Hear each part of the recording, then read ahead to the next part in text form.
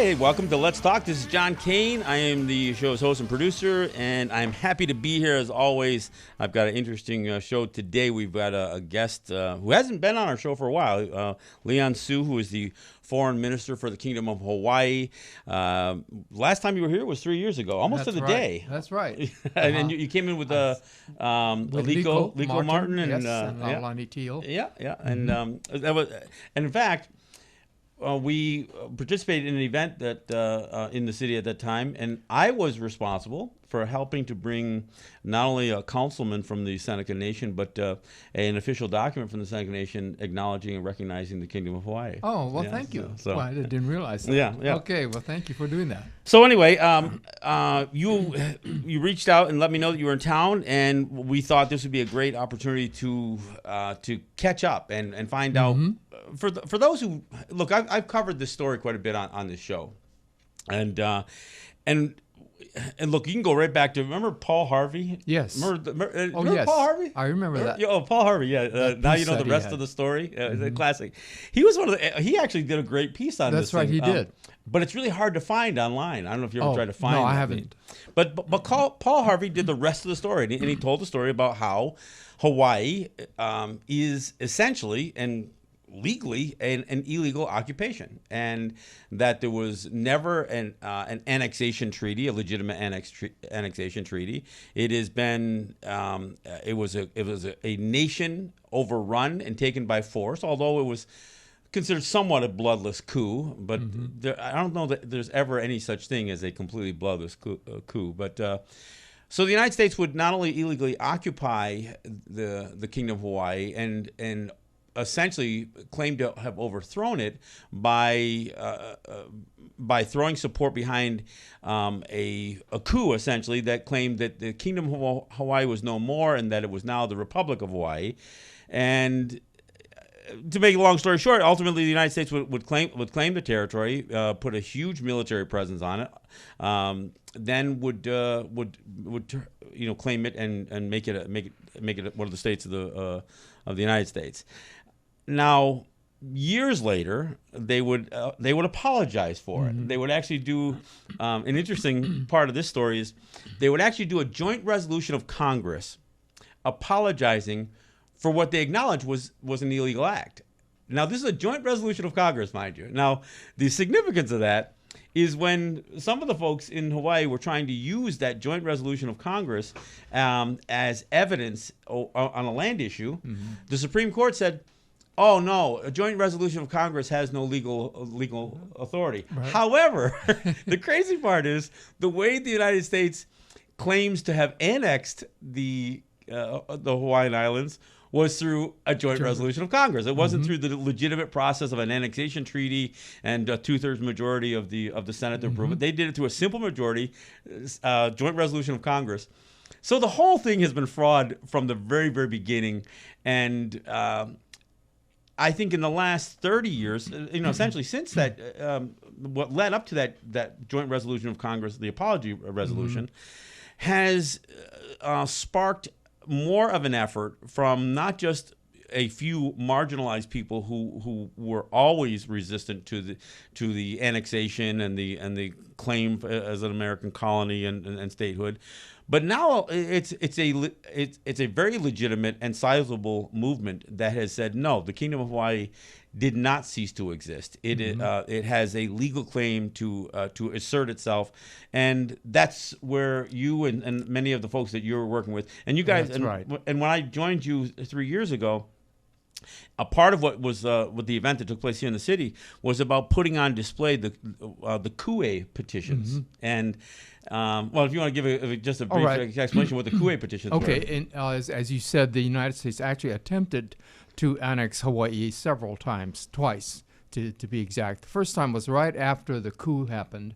However, it also occurred during a time when the administration from the United States was changing. So a new president came in before the Senate could ratify a treaty. So the new president, who was friendly to the kingdom because he had served Grover Cleveland from Buffalo, my neck of the woods. Right. Okay. Yeah, and from New Jersey, was governor of New Jersey at one time. Anyway, but he he actually had been friendly to the administration, to the royal family. In his previous administration, he's the only American president to have served 2 non-consecutive terms. Right, exactly. So in 1887, he became friendly with the royal family from Hawaii, was very impressed with them and impressed with the Hawaiian Kingdom. So now he becomes president again, and he finds on his desk this treaty for annexation. And so he pulls a treaty from the Senate and says, we're going to look into this. And so he conducts an investigation, finds out the entire episode was wholly illegal on the part of the United States. It was an act of war against a friendly nation, which is what he told Congress. And he basically told Congress that the United States has a commitment to return the Hawaiian Kingdom back to its proper leadership and its proper status as a sovereign and independent country. He didn't get much support from the Congress for that.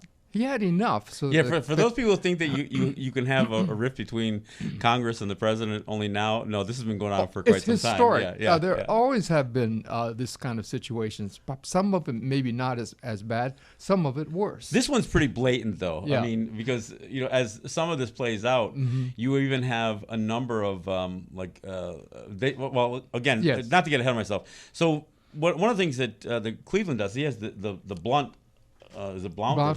Blount report, and so this guy does the full investigation and finds out that that everything was done was illegal. Yeah, yes. It's all bogus. And right.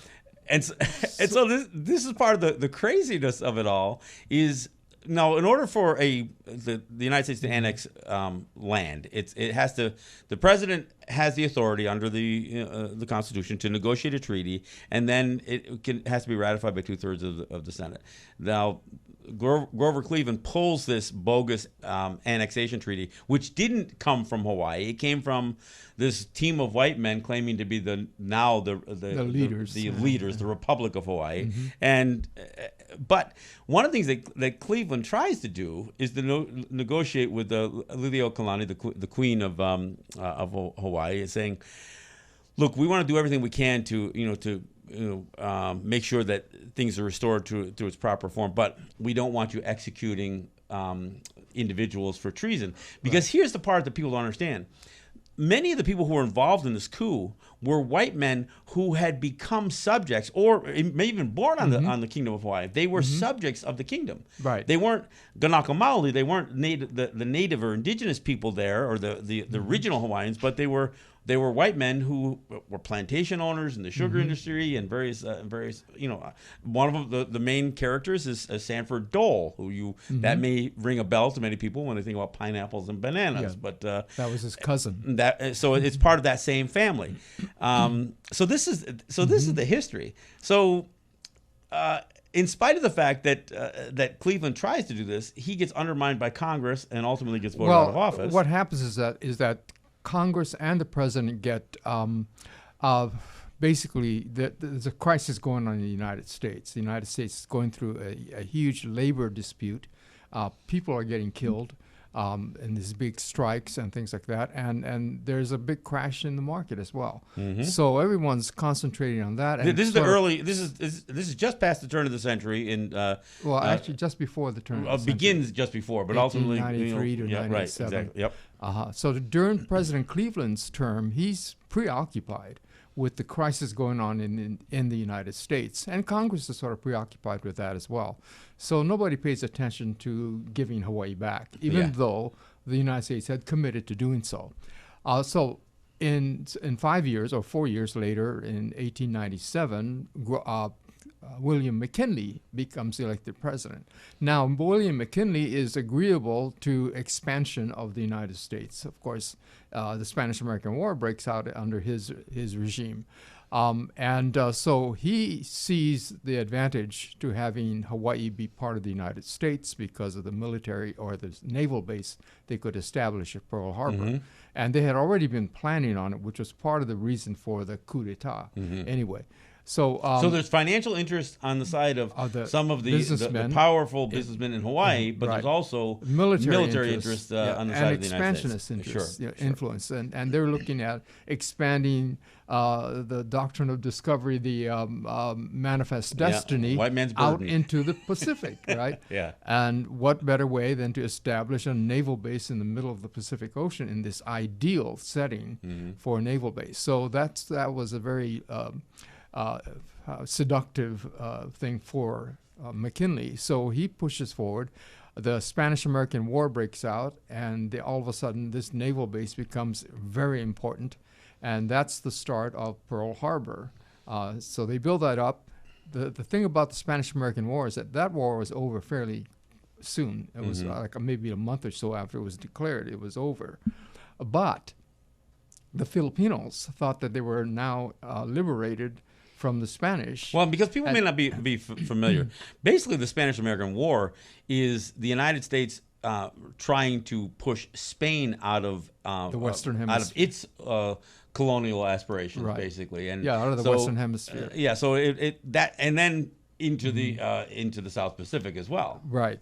Actually, it's the North Pacific. So Spain had the Philippines and Guam at that point, and the Marianas Islands. So the U.S. goes and and Puerto Rico and Cuba. But I mean, I'll make sure people understand that there were a lot of Spanish holdings that were tied to this. But but in this situation we're talking about, so the Spanish-American War is over fairly soon. Treaty of peace being made, and so Cuba and U.S. Virgin Islands, what is now called the U.S. Virgin Islands, and Puerto Rico.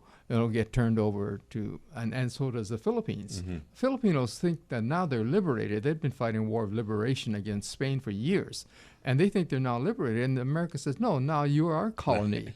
And so the Filipinos continue fighting for liberation. And that turns into a very bloody conflict for a 7-year-long war. And it's interesting, Stephen Kinzer, who wrote a book about this. I just talked to him a little while ago. So one of the things, and I heard him on NPR describing the conflict in the Philippines, and it really, I find it very frustrating. He said, for the first time, American troops found themselves firing upon people fighting for their independence. And I'm thinking, what the hell do you think took place for 100 years prior to that in our backyards here? Yes. But it was interesting that's the line in the sand, because that's when they could look at the United States as a foreign aggressor and ignore all of the aggression that took place, frankly, even on the doorsteps of Hawaii, but certainly on the native territories. But so it's interesting when you hear about how people will characterize certain things. Yes. It's like the bloody conflict that takes place in the Philippines is completely different than what took place in Lakota territory and in the Southwest, the Sand Creek and all these others. In fact, the tie-in is that the United States shipped over 10,000 troops to the Philippines, and they shipped them all through Pearl Harbor. Now, where did those troops come from? They were Indian fighters. Yeah, they were all the cavalry and those.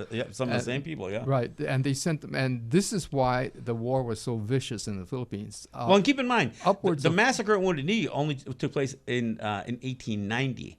So we're talking about some really fresh, memories of some of this kind of conflict. And some very, very unprincipled fighters. Absolutely. And so the massacre in the Philippines, was estimated to be upwards of 250,000 people died in the Philippines. Some Filipinos that I talked to have said it's 500,000 to 1 million that died, and 5,000 U.S. troops died there. Now, this is the war they never tell you about. They talk about the Iraq War where 5,000 U.S. troops died, not the Filipino War. Anyway, so the U.S. uses Hawaii as the base to conduct and prosecute this war against the Filipinos, and this massacre takes place in the Philippines, all covered up. The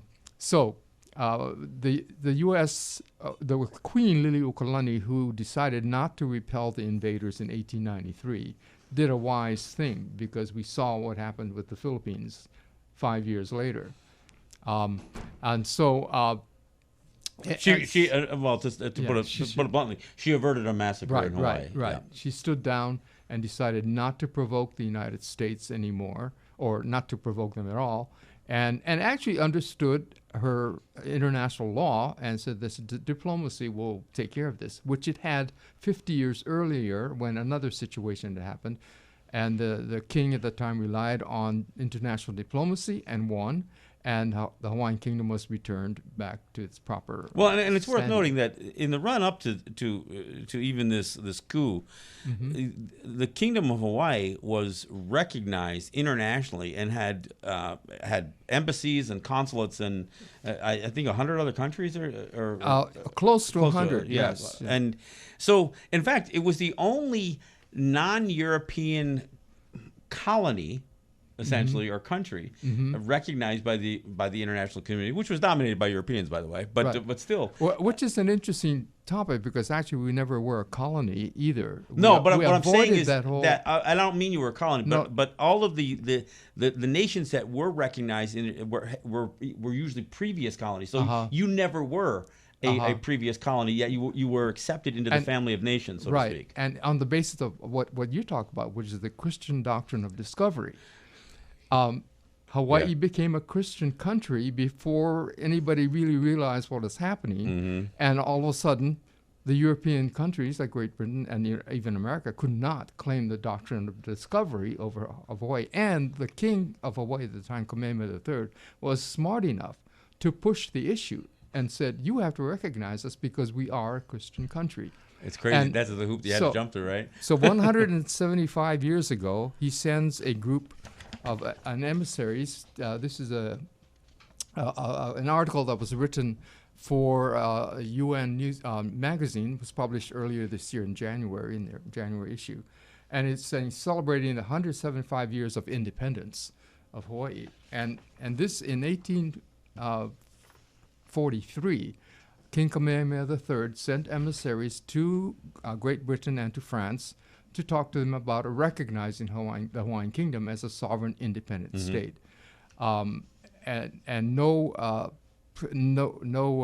caveats allowed. I mean, simply just as a sovereign, independent state, like they are. Yeah. And they did. They issued this proclamation. Of course, the only misnomer of that is that you clearly were independent before then, but this is when you became recognized. But this is recognized by the inner club. The boys' club. The inner club of the colonizers. In fact, the first two countries that recognized the United States, which also, validated the United States independence, was Great Britain and France. Yep. Yeah, and so the same two recognized the Hawaiian Kingdom. Yeah. So the Hawaiian Kingdom was definitely a sovereign, independent state on an equal platform with the rest of the world. But unfortunately, that international community completely looked the other way. No, and they knew full well that what the United States had done. Yes. I mean, many of them were very aware of it. But the United States was becoming such a growing power, and frankly, there was such an asset in being an ally of the United States that most countries didn't want to oppose them. That's true. In fact, none of them opposed the United States, and that had to do, I think, with racism, and it had to do with, in spite of the fact that we were politically a sovereign country, they still didn't see us that way. Well, and because I know when we go to calls, the first thing everybody says, "Oh, there they go, talking about racism again." But let's be clear, the newspaper articles that were running, and who was the main publisher at the time? William Randolph Hearst. William Randolph Hearst, who was completely aligned with McKinley and with Roosevelt. Right. Hearst was publishing article after article after article, cartoon after cartoon after cartoon, characterizing the Hawaiians as monkeys. Yes. Queen Liliuokalani herself as an ape. They were over and over again, putting all of these racist articles, racist illustrations, racist cartoons. So before anybody jumps on the phone line and says, they're going to play the race card again. No, it was clearly, and you could see this in a lot of the things that were written about Native people on the continent, the Filipinos, the Hawaiians, and of course many of the African countries, right. South America. Everybody else who wasn't white was being illustrated in some animal form, non-human form, and so we can't ignore that or escape that racism played a big role. Right, and so when the Hawaiian Kingdom was overthrown, and we appealed to our treaty nations, to please acknowledge the fact that we still are a sovereign country. None of them responded. In fact, they responded to the Republic of Hawaii, which said we are now basically, without saying so, a white dominated nation. And so these countries all shifted their allegiance, or at least acknowledged that the Republic of Hawaii was now. Well, and then they even go so far as to rewrite history. I mean, one of the things that I think one of the most absurd things, and we talk about that because when we're saying that various statues, like a Columbus statue or the Roosevelt statue in front of the Museum of Natural History here up in New York. I mean, some of these things they're racist statues, and they are mischaracterizations of history. They're anachronisms. There's all kinds of. But you have a famous statue in Hawaii that shows William McKinley with an annexation treaty in his hand, and of course that never exists. Right, there's no such thing. And William McKinley certainly never. I mean, the only time a president touched an annexation treaty was Grover Cleveland throwing one in the trash. Yes. Well, anyway, so this McKinley statue is the only place where the Treaty of Annexation exists. Only in his hand, only in bronze. And so many of our people have been tempted to go and take a chainsaw. I'm sure. Slice off that. Well, tell me this. Now you've been at this. I mean, you've been working with a really smart bunch of people, and I've gotten a chance to meet folks like Umi Perkins and Keanu Sai and so many others. Williamson Chang. Yes. I had Francis Boyle on the show before, so we've talked about this, and I know that sounds like a lot of men. I've also had Punani Rogers and Pua Case and I've joined Kaiulani on her show on Songs of Sovereignty and on Kauai Community Radio, but. So I know what the argument you make is compelling. It's almost irrefutable. So. As you do this work and you come to not only to the United Nations but meet with other territories and other nations, how does any other nation not just say, yeah, you're right, and offer some resolution? Yes, well, and this we discussed a little bit earlier, and this has to do with the club called the United Nations, the country club. And there, one of the things that they decided to do, besides trying to settle disputes peacefully, besides decolonization, is to support one another's internal integrity. Yeah, they support each other's territorial sovereignty, as they say. Yeah, right. Yeah. And so it gets a little difficult if the United States says, well, this is part of our country, and then another country comes and say, well, no, we believe the Hawaiians, as what they say, that they're still not part of the United States. It's difficult for them to say so. Well, I mean, the question would be to the United States, so how do you refute what the Hawaiians are saying? Because that would be the interesting thing, especially considering their own apology resolution. And we've actually asked them that question in public at the United Nations. And they come up with an interesting and plausible argument, and that is the political question has been settled. And how did that happen? With a vote. And what was that vote? 1959, the vote for statehood. This is the one area in which they're saying that Hawaiians decided to become part of the United States, meaning the Hawaiians decided to put all of this other stuff aside. So they think that that settles the illegal occupation. That's what they're crossing their fingers and hoping. Oh, that's interesting. And so this is where this is also their Achilles heel, because all we have to do is disrupt that particular claim that the Hawaiians had actually consented to be part of the United States. Because even that's questionable. I mean, it's very questionable. The referendum for statehood was highly rigged. Yeah. Meaning the wrong people voted, and the wrong questions were asked.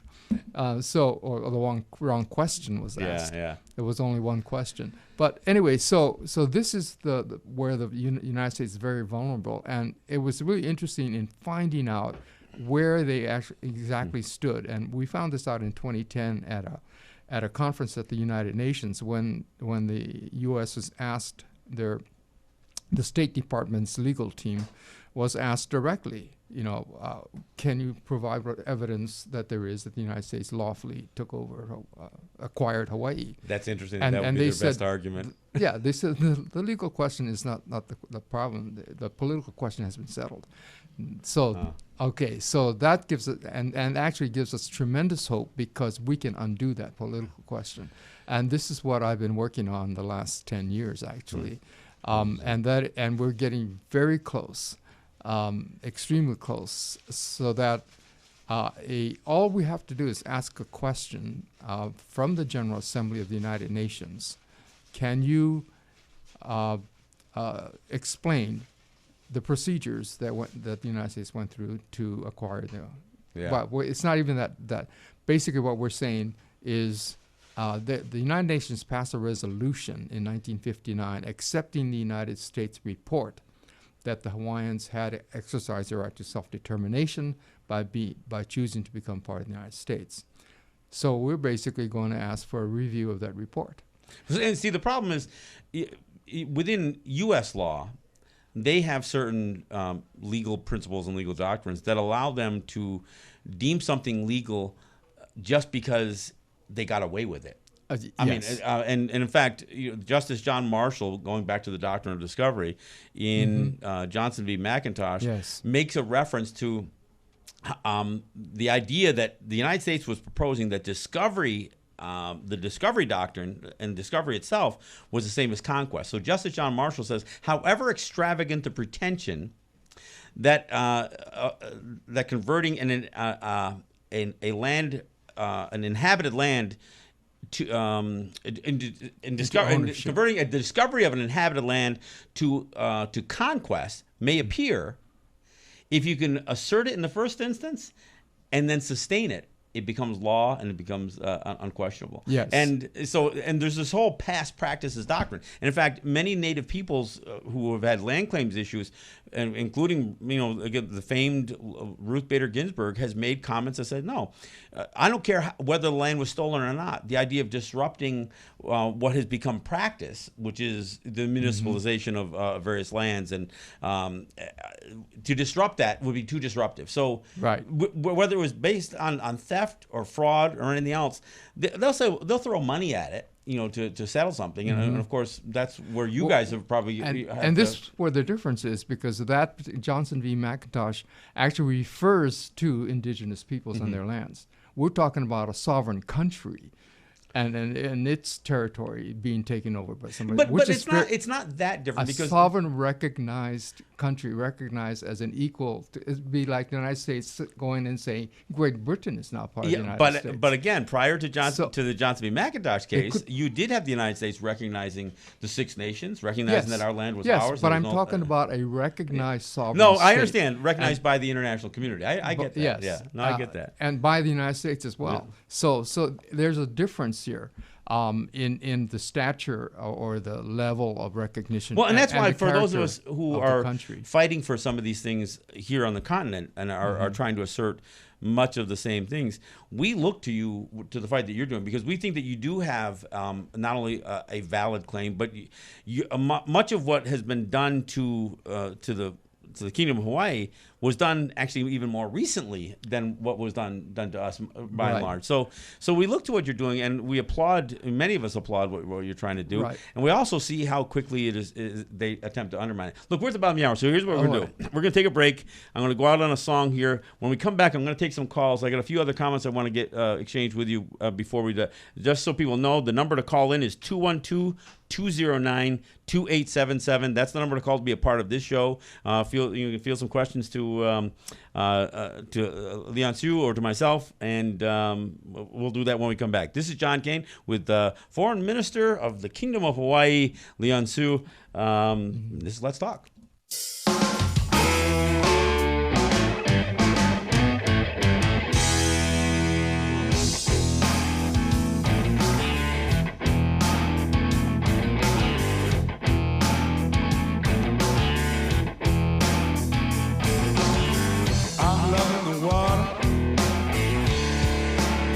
So calm to me.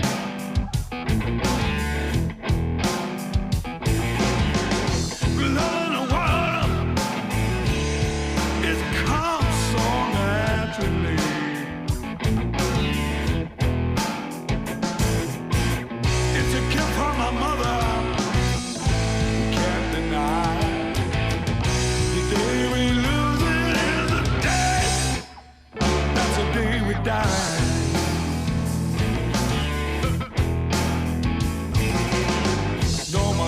senseless death that should have never been.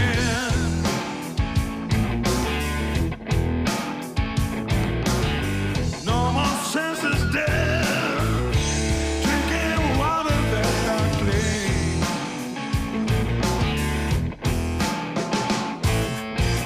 It should be right for all humanity to partly water, not for money, not for greed.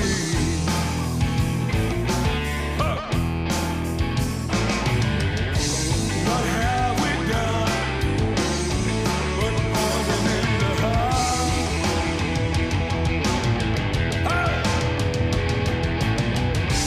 What have we done to our children's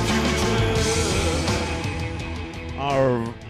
All right, thanks for coming back. This is John Kane, and this is Let's Talk with John Kane on WBAI. Of course, we are streaming on Facebook as well. Let me see here. I'm a little quiet. Let me see, where am I? That's a little bit better. Okay, there we go. All right. A couple things.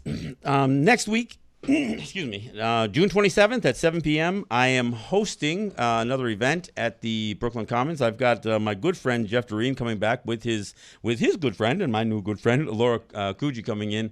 Laura is a Anishinaabe poet, and she will do some spoken word pieces with Jeff playing accompaniment with his guitar.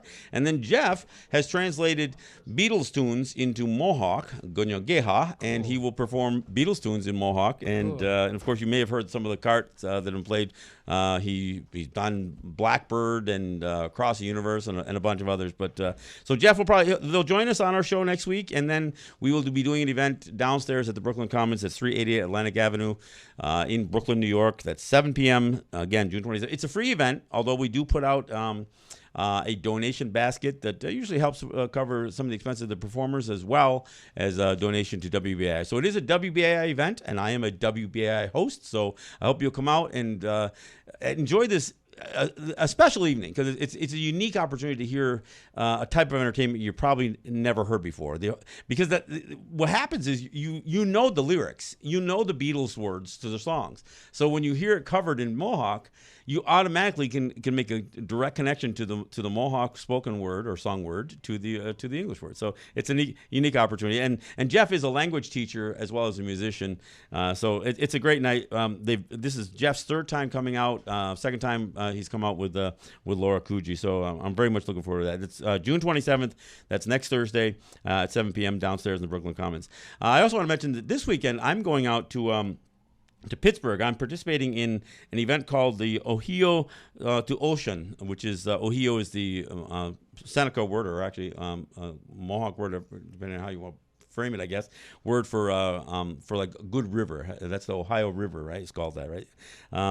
And what this is, it's bridging Black and Native shores. So it's the idea of bringing Black people and Native people understanding some of our common history, some of our common circumstances.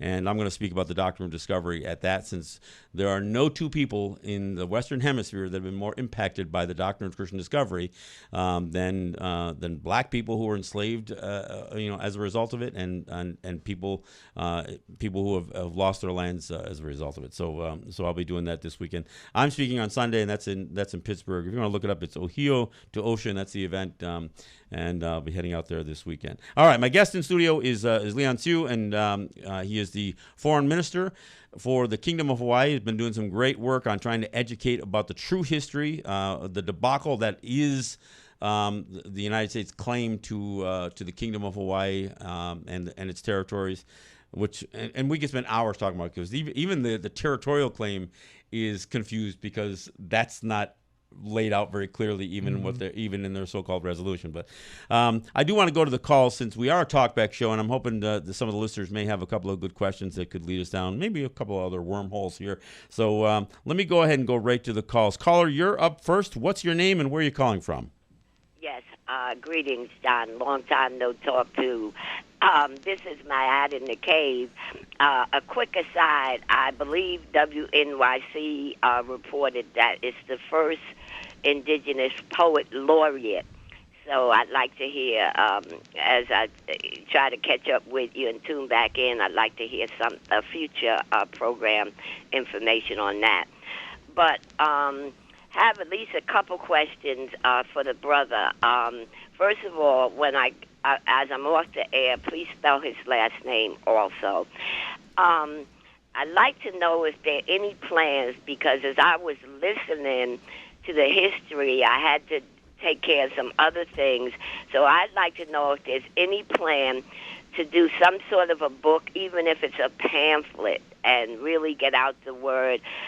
We need an alternative to YouTube. They snatched off the congressional white supremacist nationalist hearings and just featured Candace whatever and her lunacy.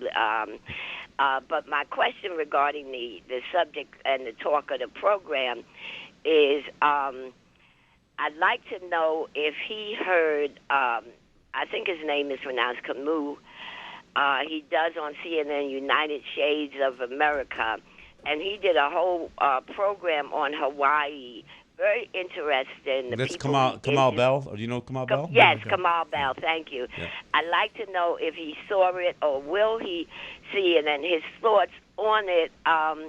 He spoke to some very interesting people in the kingdom in particular, and he went to a set-aside and very organized homeless camp, that was sort of an organized homeless squat place. And I'd like him to talk because the consequence of this, as John was just saying, doctrine of Christian discovery, has brought a situation where, the homeless situation is so bad that there's a whole organized area. And Camus interviewed the lady that was in charge, and what the whole situation is, and if he has my first about a book on audio or even a short video on the history, and then about the homeless situation, what's going to let me. What you working on it? Let me get right to Leon on this so he can answer some of these questions. Yes, thank you. I know we got a bunch of people backing up on the calls, and I'd like to get as many through as possible. But go ahead. All right. I know Francis Boyle has a book, Restoration of the Kingdom of Hawaii. That's a book that's been in print for quite a while. And there have been a number of papers published by other lawyers and international experts. There is a small booklet that I have that's called The Basis for the Restoration of the Hawaiian Kingdom. This has been distributed to roughly 500 diplomats over the years that I've personally handed them to.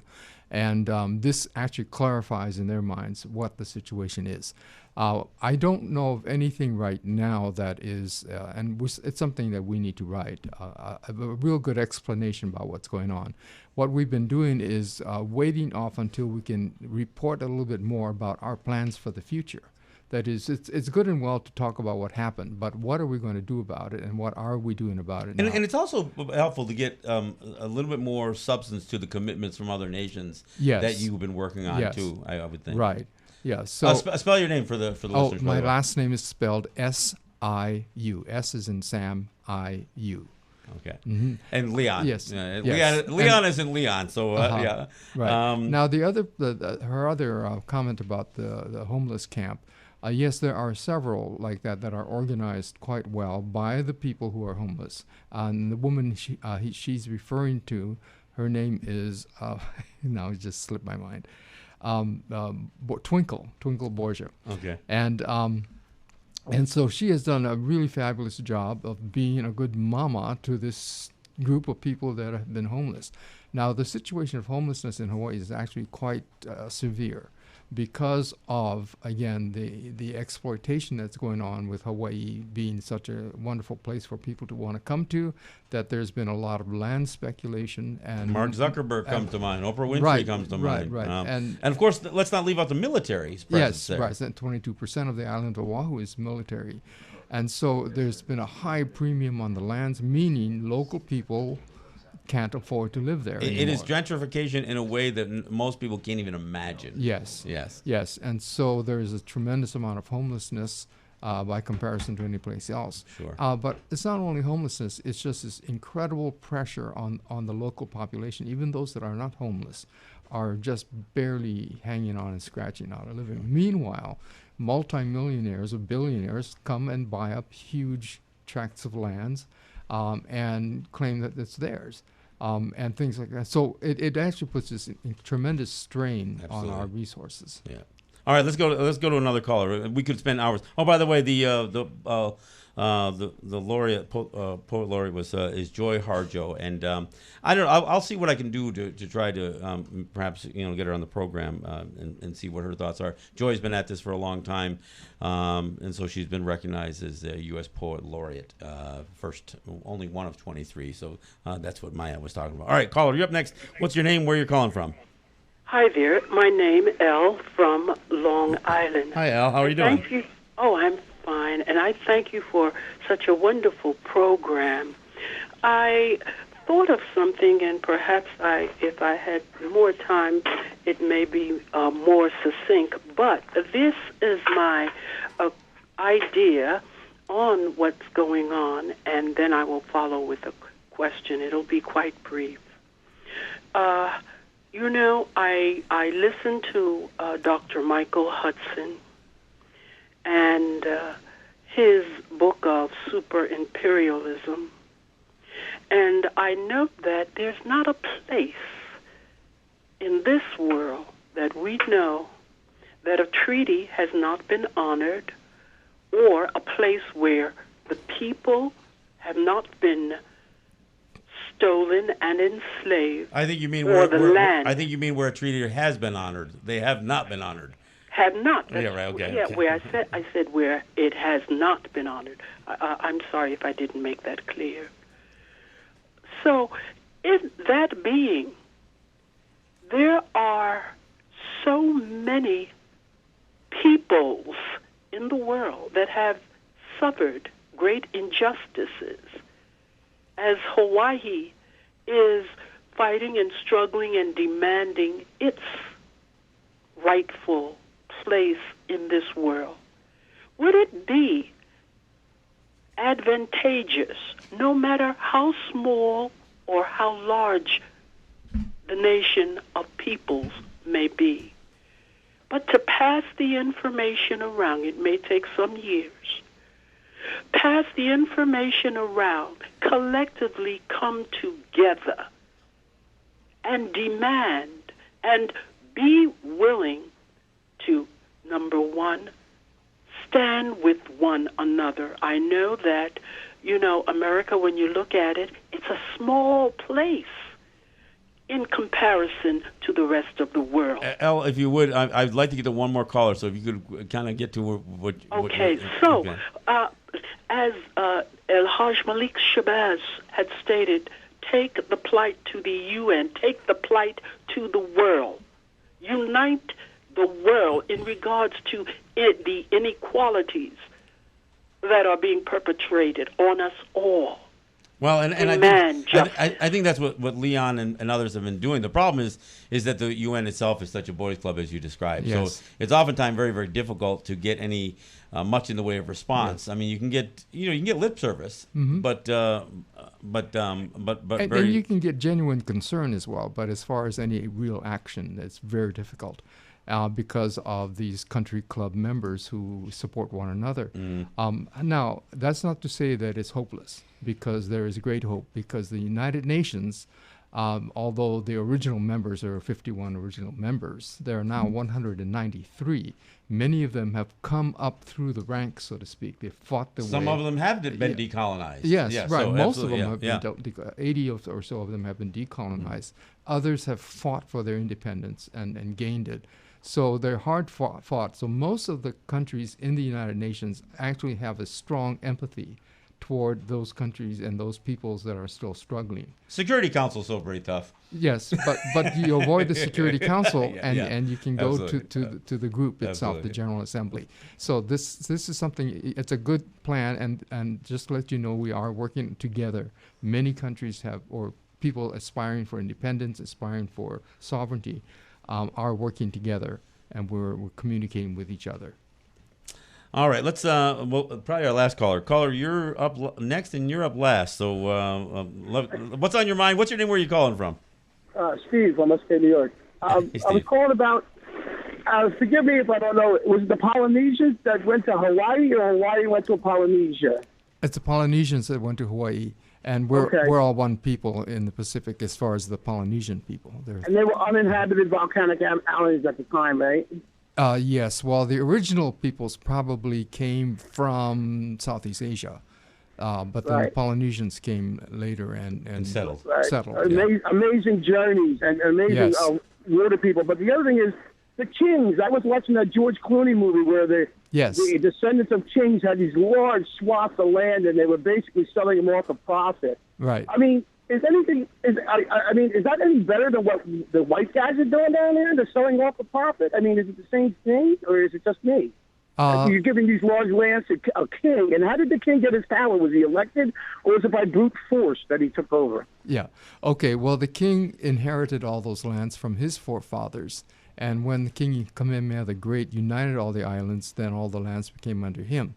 But his son, King Kamehameha III, modernized land ownership in Hawaii, and he decided that he would redistribute the lands so that some of the lands were put into private ownership, some of it were retained by the government, and some of it by the chiefs and himself.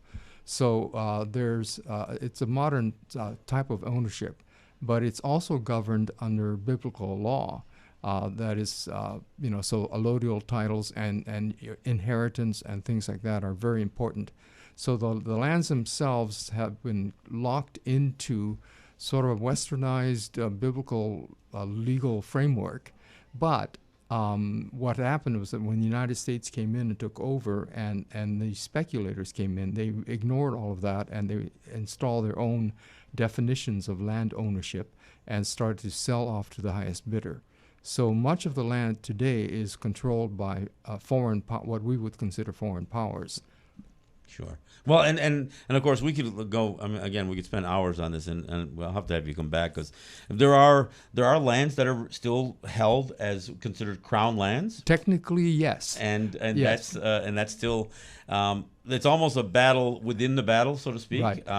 Obviously, when we talk about things like the battle over Mauna Kea and some of the areas that are considered sacred sites and other sites like that, there's so much to talk about. There's again the military expansion, the use of testing armaments not only on the lands but in the waters off the coast of Hawaii. We didn't get into Jones Act and so many of these other things that have made life so difficult especially for people who are more marginalized income-wise, and those invariably are going to be the more the original original people from there.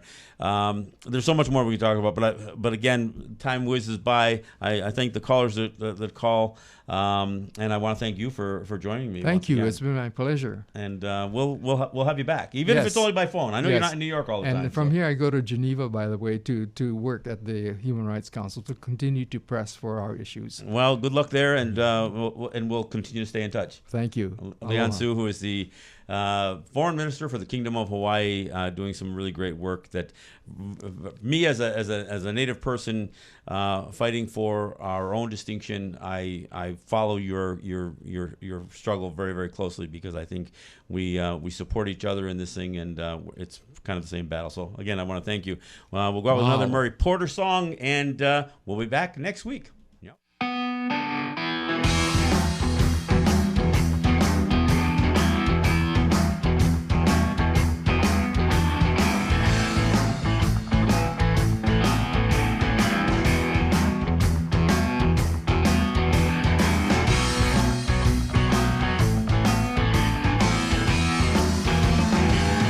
Highway 16, where did I sit